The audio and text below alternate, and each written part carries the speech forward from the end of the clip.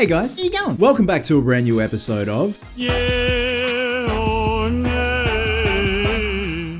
Hope you like that new intro. I think it's very schmick. And today we are going to be checking out, in terms of a yay or nay, the brand new Hot Toys 1/6 scale Darth Maul action figure. Chloe's calling me. Hi. Hi, how are you? Good, how are you? It's fine, you just did fine by yourself. I am. You're actually on camera right now. I'm filming. Oh, sorry. No, you're right. Okay, carry on filming. I love you. Okay, love you. Bye. Bye. It's my fiance. We get married next week. So yes, if you are new to the Yay or Nay series, we essentially look at newly released like Hot Toys, Prime One, statues, figures, whether it be 1/6 scale, quarter scale, half scale, life size, props, vehicles, all that stuff. Look at the specs, what comes in the box, like the articulation, the clothing, the costuming, see the price point, and see if it is indeed worth a yay or a nay. Now, looking at this, we have a collector edition and a special edition, brand new, updated Hot Toys Darth Maul 1/6 scale figure. So I have owned the version beforehand. It's now residing in Newcastle with my friend Chris Barker, and it was a beautiful 1/6 scale, like one of my favorites when it came to the articulation, the costuming, the head sculpt. But now Hot Toys have gone and updated that figure. We also have a version with a speeder bike. Now, when it comes to the collector's edition and the special edition, the difference is with the special edition, you get some commemorative coins, I believe. Going through it, I'm trying to see if there's anything else, but with the collector edition, whether it be on its own or with the speeder bike, no coins, or the special edition on its own with the speeder bike, you get the commemorative collector coins, which sounds like a very grandpa thing. But anyway, let's check out the photos and see if this is an improvement from the previous figure, which I didn't think needed improving. If only anything, I figured the paint on Darth Maul's face, mostly the red, like black's black, but the red was a bit too dark. Let's see if they've actually improved upon this with the color scheme, head sculpt, even the costuming for that matter. And accessories, of course. So this is the first photo on the Sideshow Toys website, and right off the bat, it looks fucking great, man. That is Darth Maul through and through. Like, for a lot of people, Maul is the highlight of episode 1. I was obsessed with him back in the day, and still am to this day. Looking at the head sculpt right off the bat, it definitely looks like an improvement. It seems like they've narrowed the head sculpt just a bit more to match Ray Park's outline of his head. So let's just go through, see what else we got here. Okay, so special edition and bonus for selected markets, the commemorative coin. Again, that's a weird one to include in a figure like this, let alone just a figure in general, a commemorative coin. I'm not sure if this has ever been done before with a Hot Toy. If it has been, let me know down below. But this is the first time I've seen a commemorative coin included with a Hot Toy. So let's keep going. The poses are great.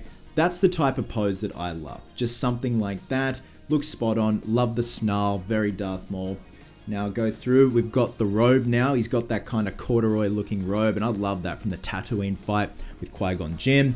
It's a great looking piece of costuming as well. It's hard to get fabrics like this to fall correctly on such a small scale. Like 6 scale to get something, especially like got like a 3-piece suit or robes, like layered. Lots of layers, like the Doctor Strange figure, which also looks great. It's very hard to figure that stuff out with fabrics and making sure everything accompanies one another perfectly and complements each other perfectly. All right, so here's another close look at the head sculpt. And this definitely does look like an improvement, especially the reds on the facial tattoos. It's interesting. It's got this look. There we go. There's a nice close up. It's got that perfect kind of satin sheen where you can see almost like the oil from Ray Park's skin coming through over the makeup. And that's how it was a lot of the time. On episode 1, you could kind of see the oils on his skin coming through, whereas the previous figure had like a very matte, no satin at all kind of sheen to it. It wasn't even really a sheen if it's matte.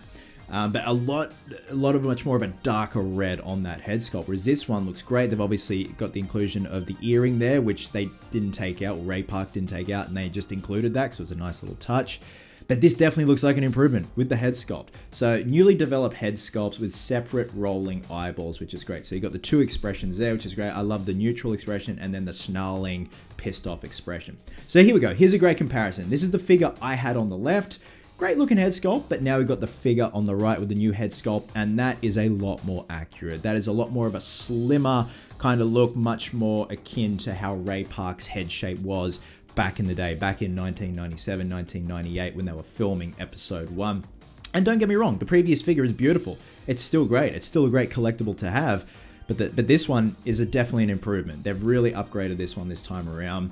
Some more shots of the costume with his robe there. Looks great. So that's always a good pose to have. Love that one. Very, very Tatooine. That's a great pose there. I do love that one. Very kind of stoic museum pose. That's great. I'm assuming that his tunic and his robes would have wires in them like the previous one, so you can make it look like an action sequence, like you've just taken a screenshot from the film. Yeah, that's great. That is definitely Ray Park through and through. Something just, I don't know if it's you guys see it too, something just seems a little off in the traps area. I don't know if his head looks a bit too small for the body. Like it could have been scaled up a little bit. Could just be the angle. So we go through there. See, we've got the lightsaber. We've got the lightsaber beams where it looks like it's, you know, it's in action. We've got the stand there. We've got swappable hands. We've got the binoculars. We've got the little droid, the hovering droid. Special edition bonus, commemorative coin. Authentic detailed likeness of Darth Maul. Newly developed head sculpt. Okay, one pair of lightsaber holding hands. So we've got 10 pieces interchangeable gloved hands. And then it just breaks down his costume, which it should just say costume, tailored costume. Weapons, one LED double-bladed lightsaber, one LED single-bladed lightsaber, double-bladed lightsaber hilt, single-bladed lightsaber hilt lid, pair of red-colored lightsaber blades in motion, Sith probe droid, binoculars, specially designed dynamic figure stand with Star Wars logo, light-up function, operated using USB power, USB connecting cable, blah, blah, blah, blah, blah. Okay, so let's check out the price point. So in Australian dollars for the collector's edition on its own without the speeder, it's $447.19 Australian. So that comes in at $295.19 USD, $635.49 AUD. So 6354963. That comes in at $419.49 US. Okay, so there's no price difference between the collector's edition with speeder and then the special edition with speeder. Let me just get that correct. Okay, all right. So looking at these price points, you know, collector's edition, $447.19 AUD just for the figure by itself. Is it worth it at its price point, given the fact it's an updated head sculpt? Looks like the tailoring as well. They're using different fabrics this time around. For me, absolutely a yay just for the figure on its own. I think this is a great looking figure. I'm actually tempted to get this one. Like I said, I've owned the previous one, but this is definitely an upgrade. When it comes to the one with the speeder, and you're looking at $635.49. Oh, see, that's the thing. I don't need the speeder. I'm not a fan of the speeder. Well, not saying I'm not a fan, just I just don't need it in my collection. But there are going to be people out there that definitely want this, make a diorama, have a nice, neat display. Given that it is quite a big piece and it's, what, an extra $200 I actually think it just comes in at a yay for the speeder version as well, for the figure and the speeder, just by an absolute hair. I think given the fact that it's also an updated figure, and I'm assuming they've gone in and updated the speeder as well, because you could get the speeder with the previous version as well. So 100% the figure on its own, it's a massive yay, and the figure with the speeder just comes in at a yay as well. So with that being said, guys, let me know down below your thoughts of the newly updated Hot Toys 1/6 scale Darth Maul action figure. Actually really tempted to get this one. That head sculpt is brilliant. I don't know if with some angles if it looks a little bit too small for the body, but looking at it more with certain poses, it does look right to me. But I think when it's just like a neutral shoulders down, it looks a little bit iffy, like something just feels a little bit off. But I think with the right posing, you can make it look incredible.